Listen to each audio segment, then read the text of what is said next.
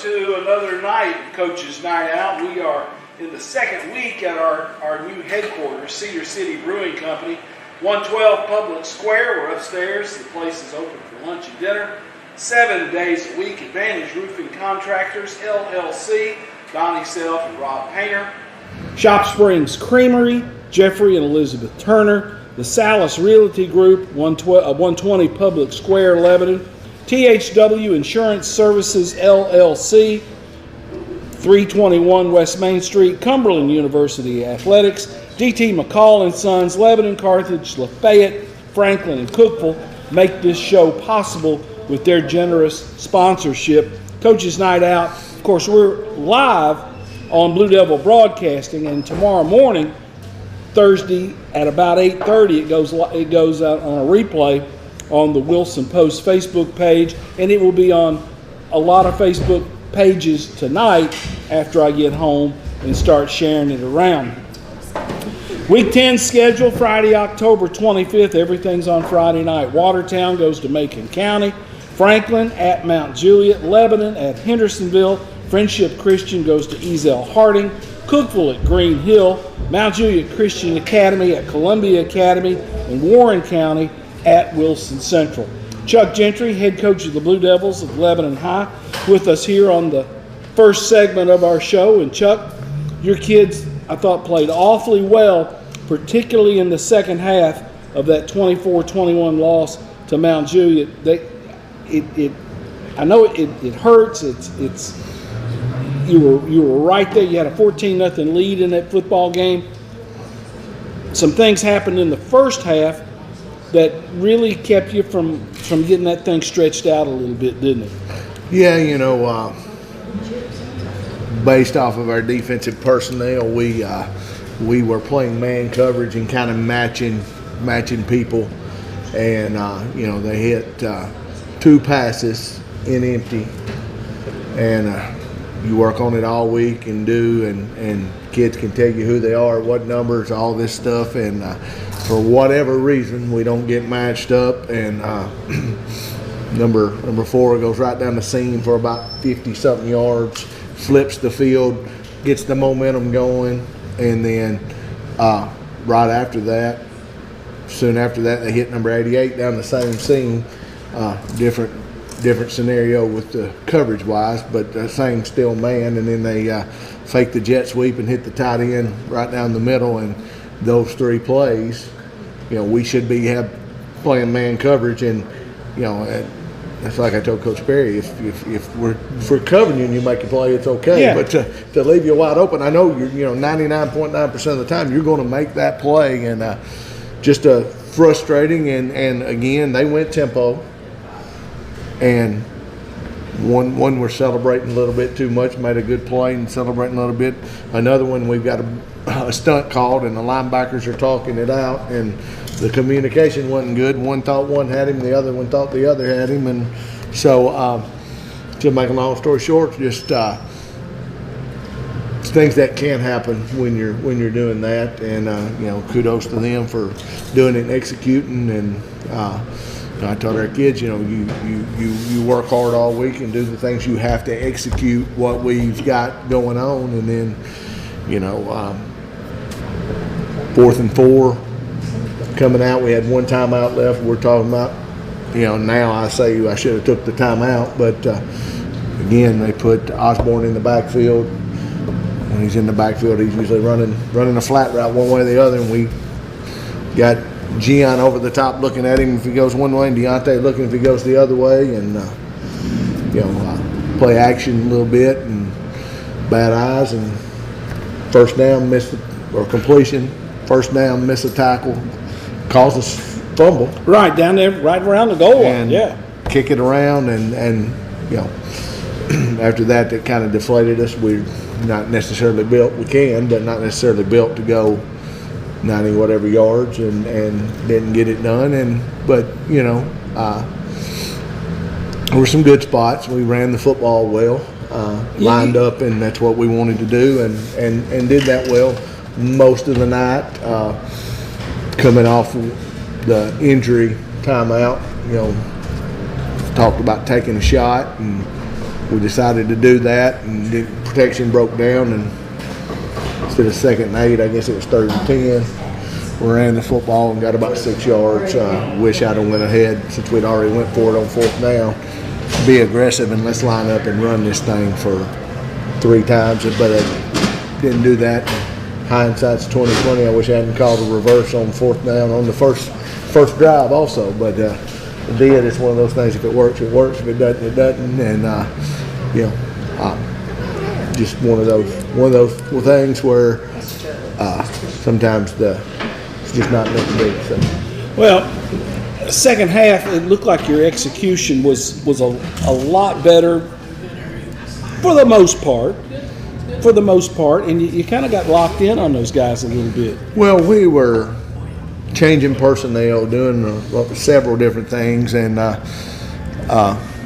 got some of the defensive guys that are not used to going in and out a little bit and had to waste a timeout or 2 in the first half, but felt like we moved the ball efficiently in the first half. And then first drive of the second half had a long one and was good. And then after that, I felt like that Mount Juliet did a better job, or we did a worse job of salting the game away. And again, some of shoulda, coulda, woulda, but it's one of those things that you've got to, when you got momentum, you can't let it slip. You can't let them, when you got them on the ropes and it's 14-0, if we get to stop there, and at that time, they hadn't had a halftime or anything. Yeah. And then, but we got the ball back there and then needed to salt it away so we don't give them the ball back. And then the phantom free kick and stuff that, I don't know if you remember this or not, but Cookeville, my very first game at Lebanon in the Jamboree, did that to us at the end of the game and missed it, and we tied 7-7. I'm trying to remember that. And the way that this worked out, Lebanon punted right before the end of the half. Mount Juliet took a fair catch, made the catch, and the Lebanon cover guy did not see the fair catch signal, ran into the return man. So fair catch plus a 15-yard penalty. Well, after a fair catch, a team can attempt a free kick, just like you see on a safety, line that thing up and kick it, and if it goes through the uprights, it's 3 points. And Echeverria hit it pretty good, just pulled it. I couldn't ever remember it. You said it happened in that Cookeville Jamboree. I'll take your word for it. I was saying that's the first one I've seen in a high school game. Well, that was the first one that I had ever saw. Yeah. And Jimmy Maynard thought he was just slick because he pulled it on me. And then from that was this other one. And at the time, I never thought about them being close enough to try a free kick. But when you think about how big his leg is, and as soon as we punted, he just waved one. Yeah. So Anthony's blocking and then starts to cover, and he's already done that. He never saw it, and so you can't fault him for playing hard and doing, and just so like I told our guys, sometimes things just it tells you that it's not meant to be, and so your kids were dejected after the football game. Coaching staff dejected after the football game. That shows that you guys poured a lot into that week of preparation. How have they bounced back this week in practice, getting ready for a non-region game, but a very good football team in Hendersonville? Well, we still talked about some of our goals that we wanted to do are still in front of us. You got to go to Hendersonville, a place where when we played Hendersonville at home, we've won. When we played them on the road, we've lost. And so I told them, you can be a first for us to go to Hendersonville and win. Also, they're the number 10 ranked team in 5A. So you got another good football team, another challenge. And if you are, if you got a pulse and are a competitor, you get another chance to get back up off the mat and fight. And again, they're kids. Monday we had a conversation before we started the day. Obviously, when they come in, the feeling's still there, and we kind of talked about it, let it go, and been on to Hendersonville. Had a good practice Monday, not so great on Tuesday, pretty good one today, and so we'll finish up Thursday and hopefully be ready to play Friday. And different because it's wing T. We haven't seen it this year the way that they do it. It's a little different than Warren County's, and so a lot of different stuff. It's got some triple option in it, and so a lot of different things that you've got to prepare for. So it's going to cause our defensive squad to be disciplined and stuff, and things that we've done but not done consistently all year. So hopefully that's like I said, it's a good opportunity to show that we've gotten better. When you talk about Hendersonville's wing T, if I remember right, they use a lot of receivers, bunch sets tight, and they'll flip those guys to try to get you out of position formation-wise. Still, it's a lot of the base wing T stuff inside, and when you say option, then it's really becomes responsibility football. Yeah, it's kind of wing T side, spread side, wing T side, and then sometimes it's all the formations and motions and shifts and stuff. So it just, like I say, a lot of discipline, a lot of eye discipline, and things that we've had problems with. So hopefully we can line up and play sound fundamental football and do.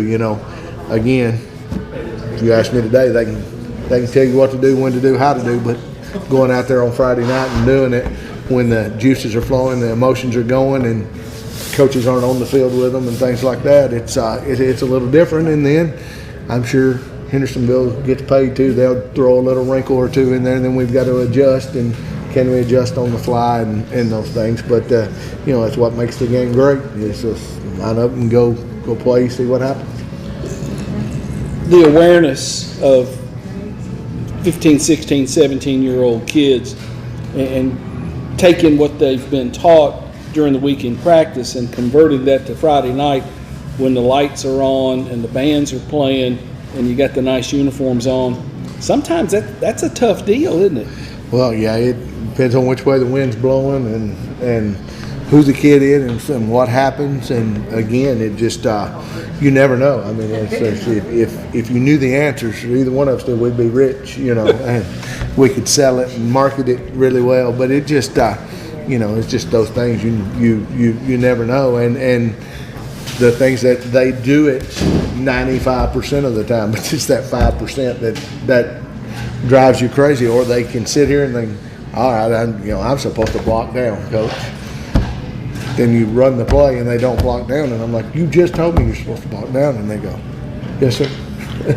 And so just those things, and again, it's what makes it interesting at times and drives you crazy. You lay in bed at night thinking why, but just again, and I told our kids Friday night, I'll go to war with them anytime.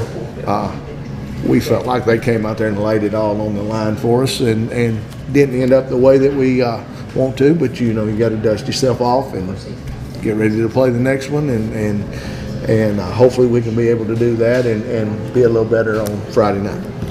Defensively, from my recollection, Hendersonville had been a 50 front. Are they still doing that sort of thing on defense? 50 man coverage with some 4-2-5 stuff involved. And again, I hadn't been lining up with several tight ends and condensed sets and everything else. We've been spread most of the time, and so we'll see what they. But at this point of the season, not many people can throw something at us that we hadn't already seen. So it should be, very, very similar. Your heavy packages against Mount Juliet really got some bodies out in front of Edwards and Azita to run the football. You ran the football very effectively, and that's really how this football team has kind of turned into let's run that thing and run the clock a little bit. Yeah, well, our deal was let's get them where we can block them and not have to decide should we throw it out there, not throw it out there. When we tried to do that stuff, we didn't do it well. When we're all bunched in there and let's zone block and give our running backs the ball, or let's times we use deuce as a decoy and different things, but it became let's get a body on a body and let them run, and we were for the most part successful at that. We just keep doing it. You mentioned that despite that loss to Mount Juliet, what you want to do with this football team is still in front of you, because this game's a non-region game with Hendersonville the next week, the Thursday night game at home against Gallatin. It has boiled down to basically what you had last year at Gallatin. The winner of that football game looks like they're going to be able to advance and go to the playoffs. Yeah, it looks like it'll be for fourth place, barring crazy stuff happening here. But when you look at it, it becomes basically a playoff game. Week 11, and somebody's going to go on and somebody's going to go home. But again, the goal is to make the playoffs. If you're not in, you don't have a chance, and if you're in, you got a chance. And I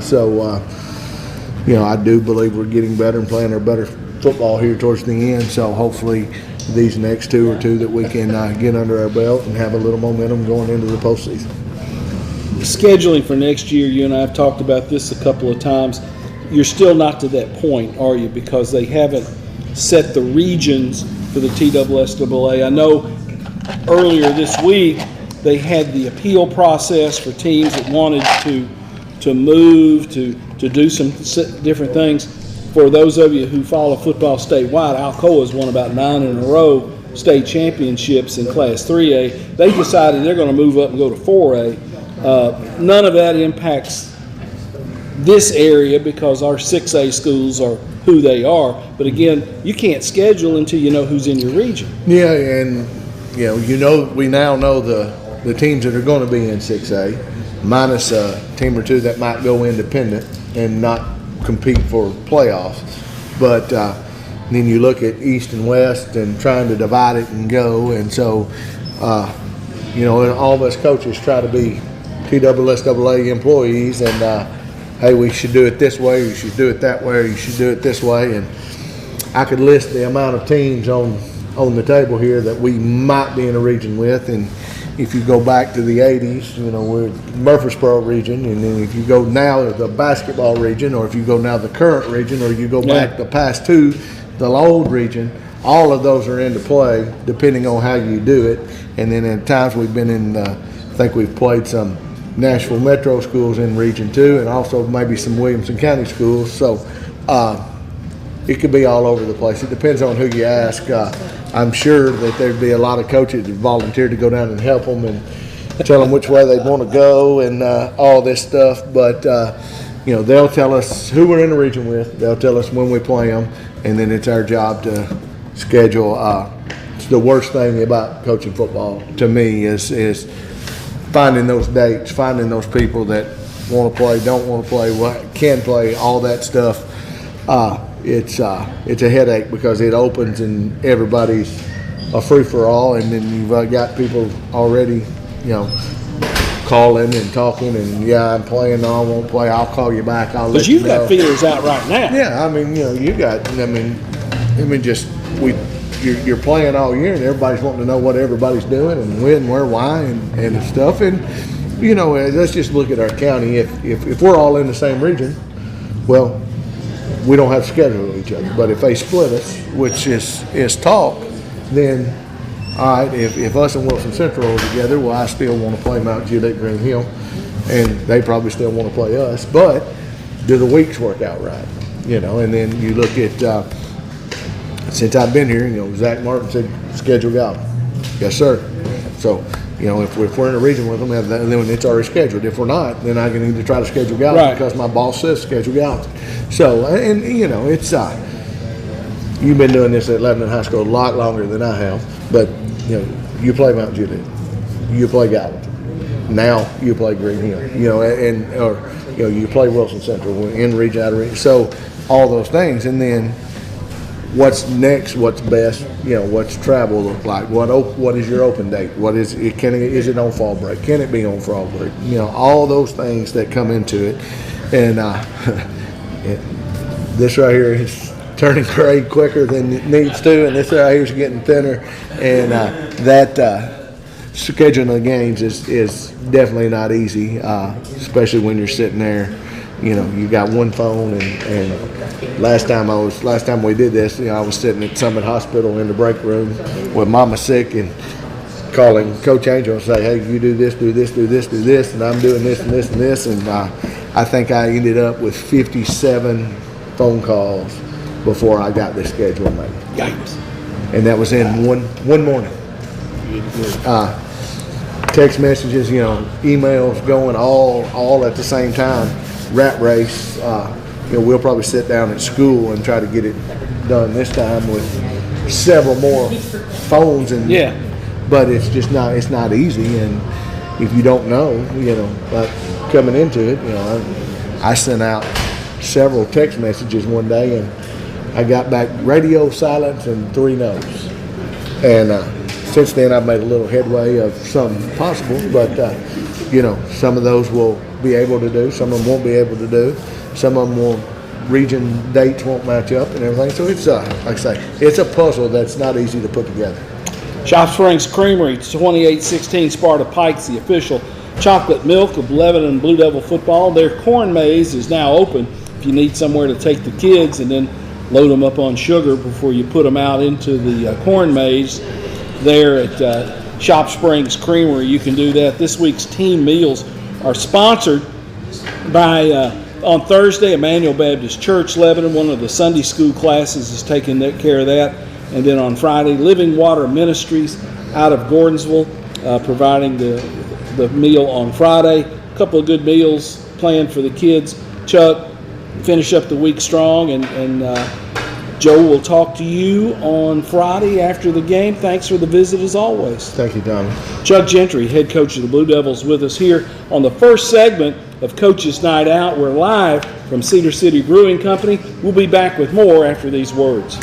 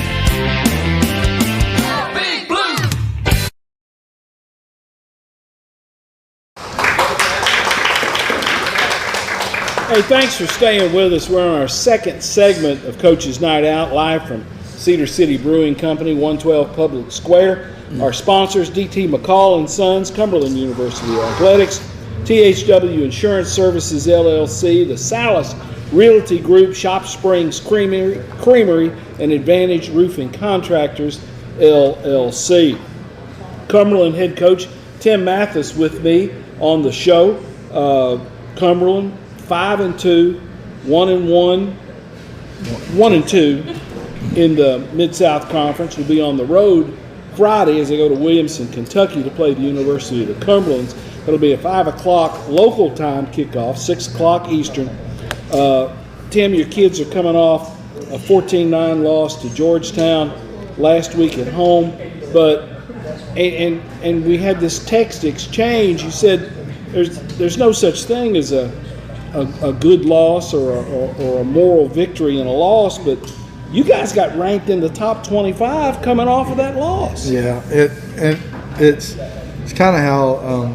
Of course, I'm one of the Raiders now, but really going into making the playoffs and stuff, NAIA kind of changed, and they have ARC ratings too, which are regional ratings. So there's 4 regions in the United States, and so we're in the 4 ARC. It's us, Appalachian Conference, Sun Conference. Okay.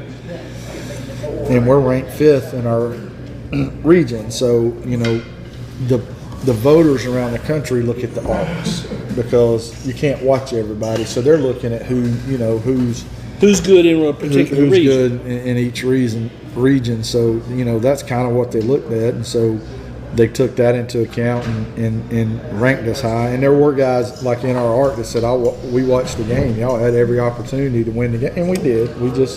They made more plays than we did. You lose by 5, miss a field goal, miss extra point, fumbled on the 30 going in. We had our chances. And a chance driving at the end of the game if we just do what we needed to do. But they just, they made more plays. They made their plays when they needed to, and we just didn't quite. But we were in a game. Last year we get beat by them 42-14, and we're a better football team, and we had our chances. It's just when you're playing a good team, you got to take advantage of your opportunities, and they did, and we did. And they really concentrated on trying to slow down the run game. Well, they weren't going to let us run, and and even they definitely want none of our read run plays were going. They weren't going to let Luke run the ball. They were not going to let him do it. So they had somebody on the quarterback all the time, and so and they did stop our run per se, but we were doing a lot of RPO stuff, so the passes were there, and that's why we threw the ball more, because that's what the read told us to do, was throw the ball. So in a way they did. They stopped our run. They were bringing people that they weren't going to let us do what we did to Bethel. They just weren't going to let us do that, and we threw the ball pretty well. But that's not really. That's not who we are. It's not who we are, but in our offense, that is who we are. If that's what they're going to get, if that's what they're going to give us, and in that too, we missed 3 or 4 reads that could have really ended up being points too. That again, we just got to, as coaches, we got to do a better job of making sure they're reading, doing the right reads and stuff. And we were close, but close is on a good, and horseshoes, hand grenades, and nuclear war. So you got to.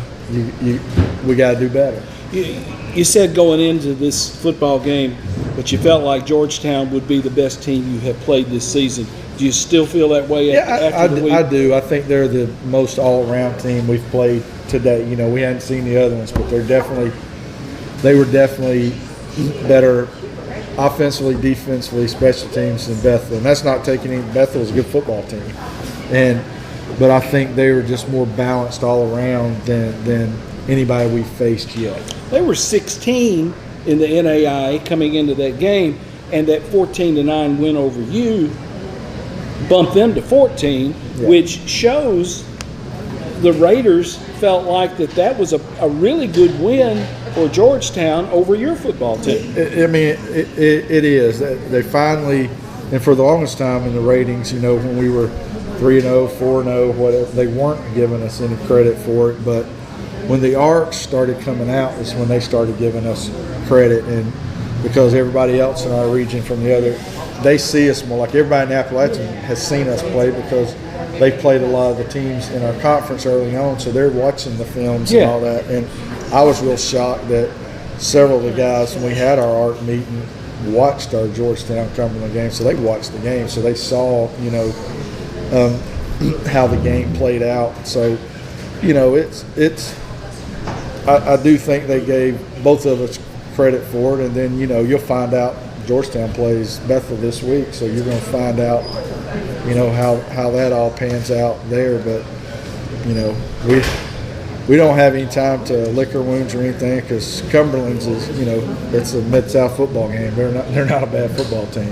What are you going to see, you feel like, defensively from Cumberland's when you go to Williamsburg on Saturday? Exactly what they did last year, and how that is Coach Housekeeper, that's their head coach, was the Georgetown defensive coordinator for years, and they're running the exact same defense. He ran there, he brought it to Cumberland's, and they're doing the exact same thing. So you kind of know, and it's not no, and it's going to be easy. It's no, because he does what he does. So you're not going to get a lot of variation. So it's a 3-4 defense, and it's a true 3-4 defense, and they actually try to get some extra guys in the box. They'll play a lot of cover 1 and cover 0 too. So they're going to try to bring down their safeties at times and rely on guys just to cover on the back end. But it's not a real press man. It's an off man type thing. So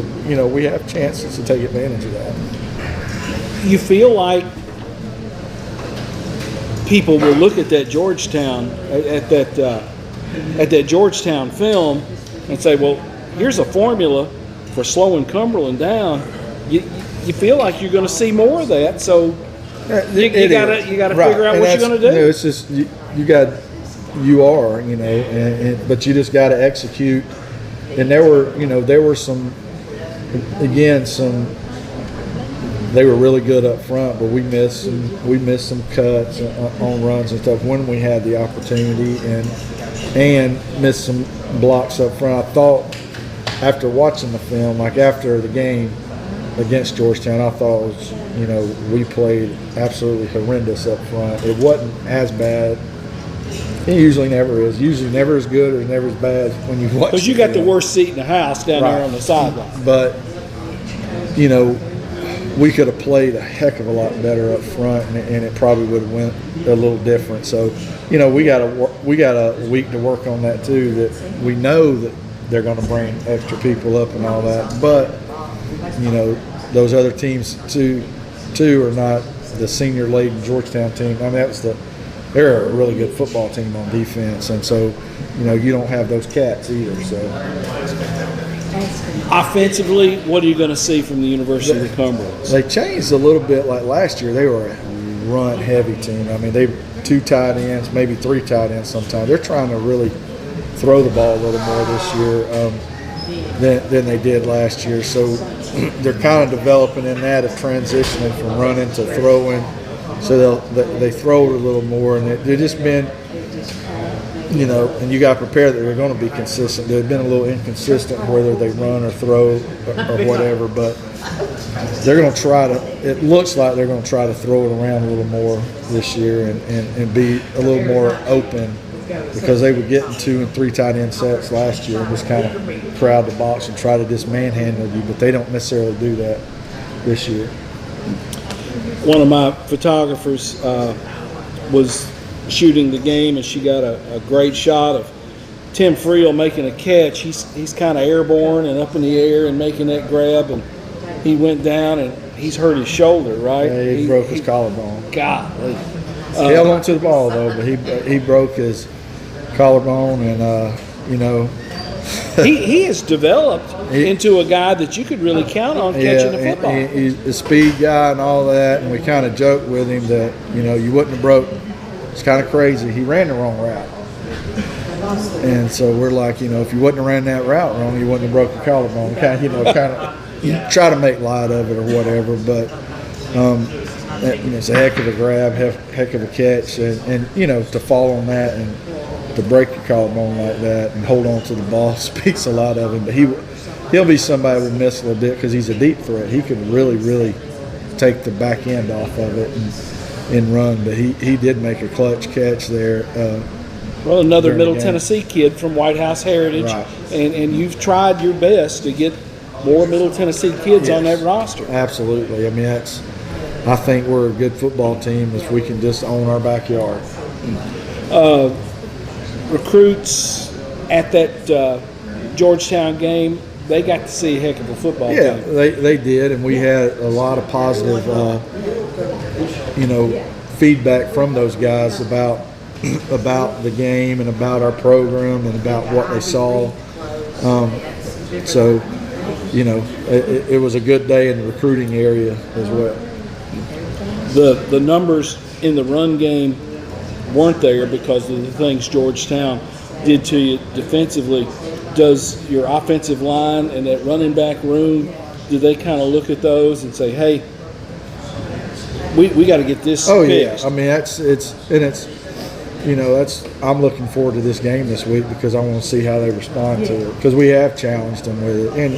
And you challenge too, like, I hadn't really even talked about Georgetown got all their points in the first half. Our defense shut them out, absolutely just shut them down in the second half. And you want to make sure they continue that over because they played lights out in the game the second half, and really gave us a chance to be in the game and win the game because they didn't do anything in the second half. And Georgetown wasn't used to that either. And that was a big, that's another big area that you look at. It's like, wow, their defense must be pretty good to be able to just completely shut them down. And we did. I mean, we did. Well, and again, that margin of error is so razor thin. A couple of different plays down the stretch, if they go your way, you're right there. Yeah. 5-point football game. Right. I mean, you go back to Tim Frill's heck of a catch is we made the wrong read. There was a guy going right down the middle of the field. There was nobody on him, and it was a touchdown. You can't harp on it because we made the catch and all that, but it was the wrong read. And, we hit that. It's a touchdown because we end up taking a field goal there instead of the touchdown. So there were points there. We just have to do a better job, and we're right there on the cusp of doing what we need, and we're in the driver's seat for us to make the playoffs. We just got to win out. It's that simple. That's the formula. We have to win the next 3 games, and because we're at 25 now, we're probably only going to go up. So, we're in a great position to make the playoffs. Is that pretty much the telltale, Tim? Is if you can stay ranked, you're going to be able to find a spot in the playoffs? Yeah, because if we, the way it probably shakes out, if we win out too, is we're probably number 2 in the conference. Our top 2 teams from our conference are definitely getting in.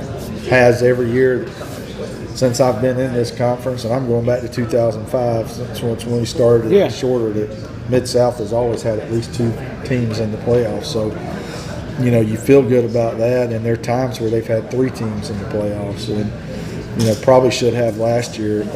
Lindsay just they were the last team out last year. Probably should have been in it, but there was an upset where a 5-5 team ended up winning their conference, so it kicked Lindsay out. So a conference championship is going to get you in. Bid. You get the automatic, and now it went from 16 to 20 teams, so you got 4 extra at-large bids, and it's helped. It's helped some teams get in the last couple of years that they've done that. So, our thing is we've got to put our head down and work because we're in a position that I don't know, Cumberland hadn't been in, I guess, since I think 93 they made the playoffs, I think. But, that's a huge deal. Well, and the opportunity is there. You got to take advantage of it. You got to. We're given this opportunity. It's what are we going to do about it? And then we're looking forward to our response this weekend. How has this bunch been in practice this week, coming off a loss where they look at the film and they see, hey, we had opportunities.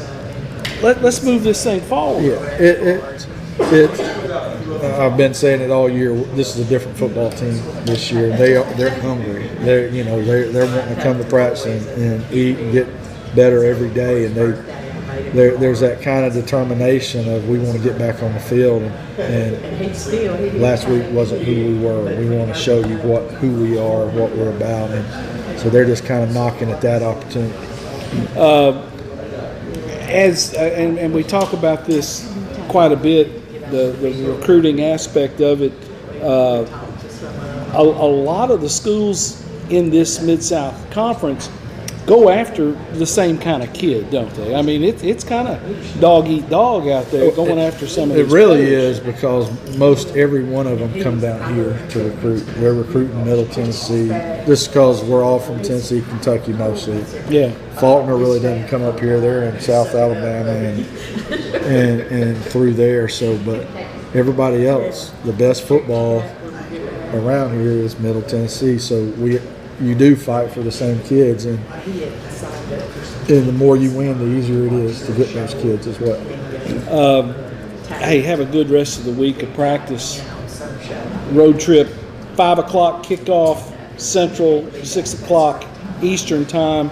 I guess you'll eat lunch and get on the road. Is that how you'll do that? Yeah, we'll probably leave around 11:30 to get up there, to give us an hour to walk around and get tape and stuff before we start our pregame and stuff. So we'll let them go eat in the calf and then get on the bus. And we have a bunch of snacks and stuff they can have when they get there to make sure they're not empty in fuel by the time we play. And post game, you need to feed them too on the way home, right? Now that's sometimes a free for all. That's don't put any fingers or anything in the way that you might not want that doesn't come back, because it starts chomping. Tim, finish up the week strong and have a good game on Saturday at University of the Cumberlands. Thank you. Go Phoenix. Tim Mathis, head coach at Cumberland University, with us on the second segment. Stay tuned for more right here on Coach's Night Out, live from the Cedar City Brewery.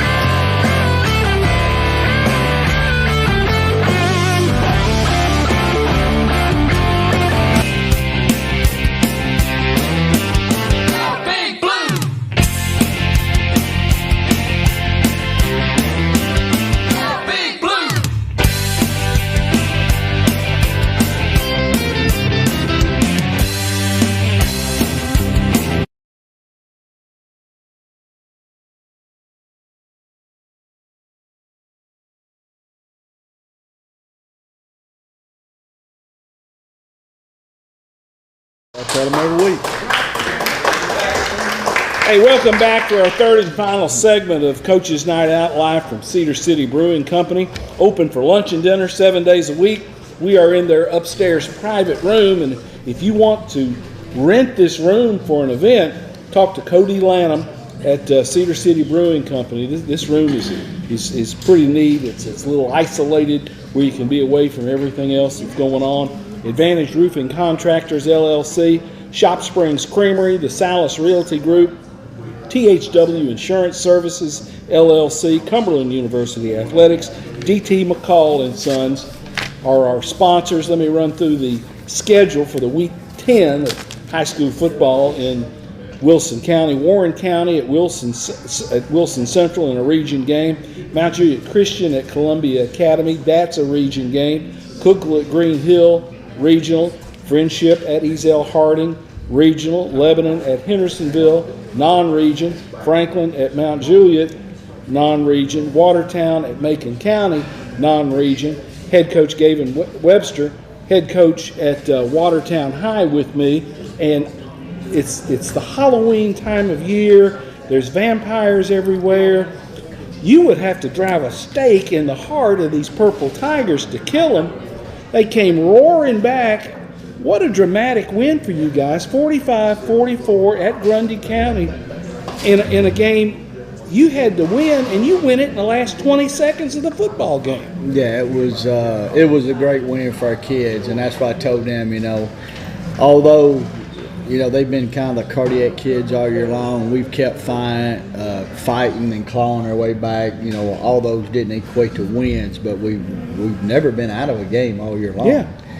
And for them to do what they did Friday night, kept fighting, and we had a lot of bad things to happen. We kept fighting adversity, and to get the win, I think it was 18.2 seconds when we scored that last touchdown, and then kicked extra point to go up 45-44. And your kicker was perfect on the night. He was perfect. He even hit a field goal earlier on. So you got the snap, you got the spot, you got the kick. There's a lot that goes into that, and it doesn't go that way every night in high school football. No, it does not. And you needed every one of those. We needed all the points we could get. It was a long scoring drive there, Gavin, to get you in position, right? 89. We intercepted about 89 or 90 yards.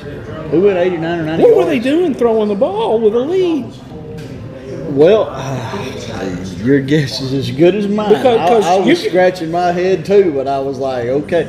It was third and long or somewhere in that neighborhood. There's a lot going on. And they threw it, and we got the pick, and we took it down, and wound up scoring off of it. He came up with 4 turnovers in that game. It was three? I'm trying to remember, 3 interceptions and a fumble recovery. Yeah. It was a big night. We had several turnovers too. We had 2 special teams turnovers in the first half. We had 2 fumbles. We may have had 5 overall all night long, and But I know we at least had 2 special teams and 2 offensively. But kids kept fighting. And it just, I don't know what else to say. They're fighters, and they don't quit. That has been the personality of your football team. You've had, even in some losses, you've clawed your way back in them at the tail end of the game and made some plays to give yourself a shot. They've developed kind of this mentality, haven't they? And that's what you want. You want that. That's a football mentality. You don't want to see a team that has a bunch of bad things happen or get behind and then just kind of lay down. You don't want that. And we talk about fighting all the time and keep just keep fighting, keep believing, and good things will happen. And the other night proved it. We had to convert a 4th and 3 there on that scoring drive. On that scoring drive, we had to convert a 4th and 3, and we rolled Blake out, and it was kind of a sprint out play, and we was like, listen, if it ain't there, tuck it and run. We're gonna have 3 yards, and we got 3 yards. We got it.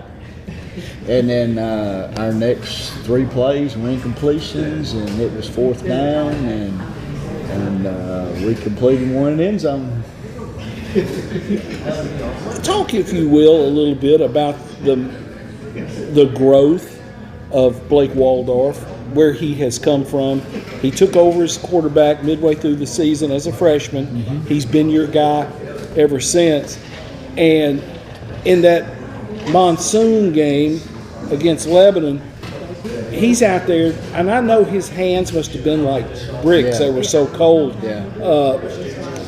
The fact that he still wanted the football in his hands, and that he's been the guy that's kind of led you on these marches. He is. I will say this about Blake. He's still young. Sophomore, still got a lot to learn, and, the sky's the roof with him. But he is a competitor and a fighter, and, he wants to win, and sometimes his emotion gets the best of him, but it's just, he wants to win, and he wants to be out there, and I give him it. He went out banged up the other night. There's somewhere in the third quarter, I can't remember where it was in the third quarter, and went out, and we didn't know we was going to get him back. And the backup quarterback went in for 3 or 4 plays, maybe a few more than that. I can't exactly remember, but he comes back in this ball game and like, we're gonna win it, So that's his mentality, and he's grown a lot, and I'm proud for him. He's just the way he's come along, and we've had to run him more. And that's opened up our offense a lot more with him being able to run, because when you're sitting back there, we're a lot of 10 personnel, a little bit of 20, but we're more 10 than anything. And if you don't have a quarterback that can run it a little bit, teams can tee off on you a whole lot more versus being able to, hey, we got to be able to stop 2 guys now. And he's one of our best runners, maybe our best runner. And you've had several runners get hurt through the course of the year. You've had to move people around and get them in the backfield. Yeah, we got people in the backfield that are receivers that are not even running back. So that's how far down the line we've went. And all these kids, they keep fighting, and it's good to see that. And I'm proud to coach them.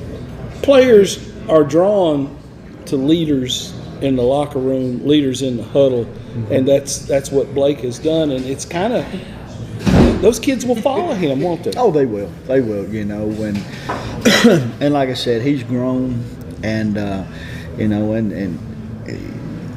we got playmakers out there, and he's able to get them the football, and we try to spread the ball around a lot, and we just don't have 1 or 2 guys. It's like, Ethan Owens, who caught the winning touchdown pass the other night. He's, his stats aren't great, but he's going to have 4 or 5 big catches a game, and he's like, if you throw in the ball, he's going to catch it. Ethan struggled the other night. He did wind up with 4 or 5 catches, but on that last drive, I think he drops, after we get that first down, he drops 2. Wow. That this kid don't normally do. And, for Blake to go back to him on 4th, it was it. 4th and ball game. It's 4th and ball game. And Blake goes right back to him, and the kid pulls it down. A diving catch, from what I understand. Diving catch, catches in on scores.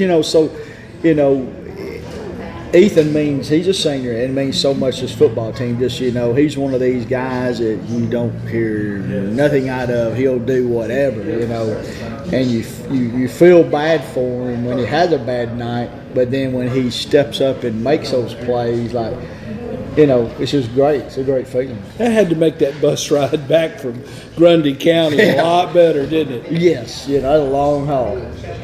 It's and your region is kind of far flung. There's some places you got to go to that I've never been to. Sequatchie County last year, the road trip, and Grundy this year, because of the lack of seniors. Yeah. You started out with 6. I think you had a couple that got hurt. You got a lot of young guys playing. what this means for the next couple of years for Watertown football. You got some guys who have been through the wars for you, and it's, down the road, it's really going to help you. Yeah, it does. Our sophomore class is very good bunch of sophomores. We got a good junior class mixed in with them, and that's been the brunt of our football team is sophomores and juniors. Our seniors are, like I said, right now we got 4 seniors that play. 2 of them play both sides of the ball. The other 2 are, they play a little bit on both sides. Yeah. But, we got 4 seniors, so the rest of them are juniors and sophomores playing. So, providing, everybody keeps working and we keep everybody together, and, the next few years look good, And a football coach has to have some patience, and you have to be able to look down the road a little bit. I know every week it's a fight. Yeah, hey,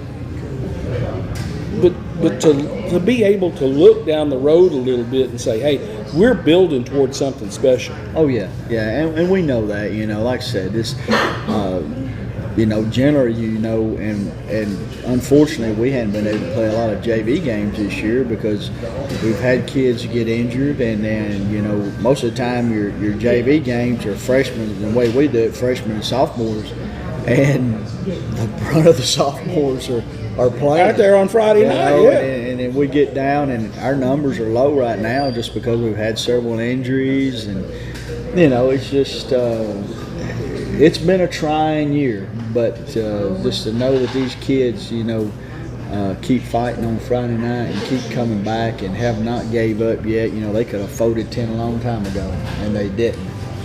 So that speaks a lot for their mentality and what kind of person they are. It sounds like this is a good bunch to be around Monday through Friday, all the time that you're with them. Well, they are. So they'll try you patience some. They're still sophomores and juniors, especially the sophomores. Yeah. They'll try you patience some, but overall, they're a good bunch of kids to be around Monday through Friday. They are. You got Macon County on the schedule. You go to Lafayette on Friday. A really good football team. Help me, I've gone blank. They're 4A, right? They're 4A. 4A. What do you think you'll see out of Macon County's defense? Because based on what you want to do on offense, what do you think you're going to see from those guys? They're going to try to put pressure on us. They're primarily they're. They've showed about 2 or 3 fronts, anywhere from odd, even, and, I figure they're going to put pressure. We'll be without Blake Friday night. So he's not playing Friday night. Well, this game, in the grand scheme of things, doesn't really mean a whole lot. It's the next week against Community. Right. That's the one. We got to have a Community game. You win that game, you're going to playoffs. Yeah, if we lose Community, we're out. Yeah. Yeah, because we've got to win that one. So the grand scheme, my goal was you always win them all. But when you do a reality check, my thing is, okay, we want to go there. We want to play well and let the chips fall where they fall and come out healthy and be ready for Community in the playoffs. Because that's what you got left. If we don't beat Community, we're going to be sitting at home. So we have to beat Community next week. So, grand scheme of things, you're right. It don't mean a whole lot, but you don't want to go up there and just, walk off the bus. And you want to get up there, hey, and that's what we've talked about this week. We want to go, we want to take a fight to them. We're not going to go up there and lay down. We got to play. They're on the schedule. You got to play them. We know they're a good football team, and Coach Shoulders has done a great job, and they got some good athletes. But we got to go play it. We're going to go play it, and let's see where we wind up. Last time you were with us on the show, you were getting ready to play Lebanon, and you said Watertown's going to do what Watertown does. Mm-hmm. And you guys have a system that you believe in, and you try your best to execute it every Friday night. And these kids have grown up in that. That's their identity. That's who they are.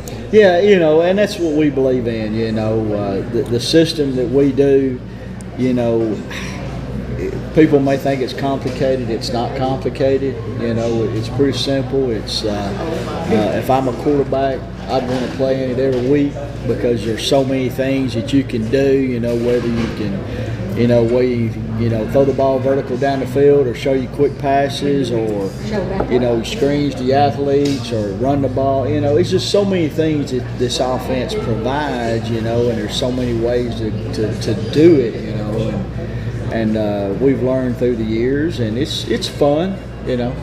You know, get your kids out and get some athletes out, so you can have a lot of fun with it. Well, great win at Grundy County. I'm really Thank proud of the way you guys executed. Have a good night at Macon County, but keep them all healthy and knock off community in that last one. That's the goal. Stay healthy. All right, Gavin Webster, head coach at Watertown, with us as we close out the show here from Cedar City Brewing Company on Lebanon's Public Square. Thanks to everybody who makes this show possible. I'm Tommy Bryan, and I will talk to you later.